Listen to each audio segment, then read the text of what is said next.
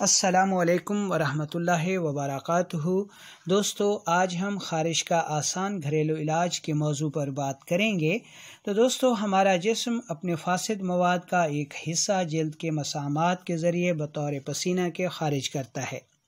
خشک سرد اغذیہ ادویہ کے بکثرت استعمال سے یہ فاسد مواد گاڑھا ہو کر جلد کے ان مسامات میں رک جاتا ہے اور ان کا منہ بند کر کے فاسد مادوں کو خارج نہیں ہونے دیتا۔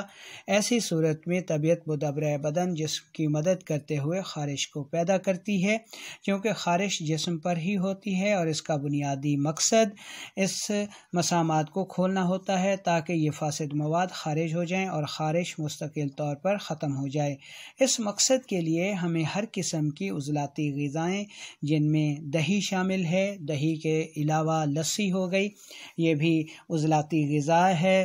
لسی کے علاوہ آلو ہو گئے، آلو میں کاربن وافر مقدار میں پایا جاتا ہے۔ آلو کے علاوہ مچھلی ہو گئی، جو کہ خود کاربن کا ایک وسیع خزانہ ہے، اور بڑا گوشت ہو گیا۔ یہ چیزیں ہمیں سختی سے بند کر دینی چاہیے۔ اس کی جگہ ہمیں کریلا، جو کہ ایک بہت اچھی فیٹس ہے، اس کے علاوہ میتھی ہو گئی، پالک ہو گئی، یہ ہمیں خاصی مقدار میں کھانی چاہیے۔ اس کے علاوہ بکرے کا گوشت ہو گیا، یہ بھی خارش کو دور کرنے میں بے حد مفید ثابت ہوتا ہے۔ اب ہم خارش کا ایک نسخہ آپ کو بتا رہے ہیں، جس کا 3 دن کا استعمال ہر قسم کے خارش کو ٹھیک کر دیتا ہے۔ اس میں آپ کو اجوین دیسی 40 گرام چاہیے۔ اجوین دیسی کے علاوہ تیز پات بھی ہمیں 40 گرام چاہیے، اور تیز پات کے علاوہ رائی بھی ہمیں 40 گرام چاہیے۔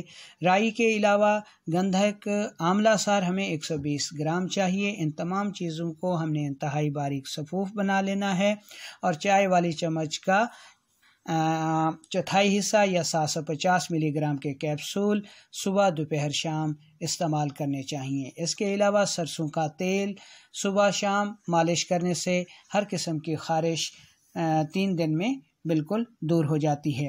ورزش ہر قسم کی خارش کو دور کرنے کا قدرتی ذریعہ ہے۔ اگر یہ ویڈیو آپ کو پسند آئی ہے تو اس کو لائک کیجئے، اپنی رائے کے اظہار کے لیے کمنٹس کیجئے، اور اپنے دوستوں کو شیئر کیجئے، اور اس چینل کو سبسکرائب کر دیجئے۔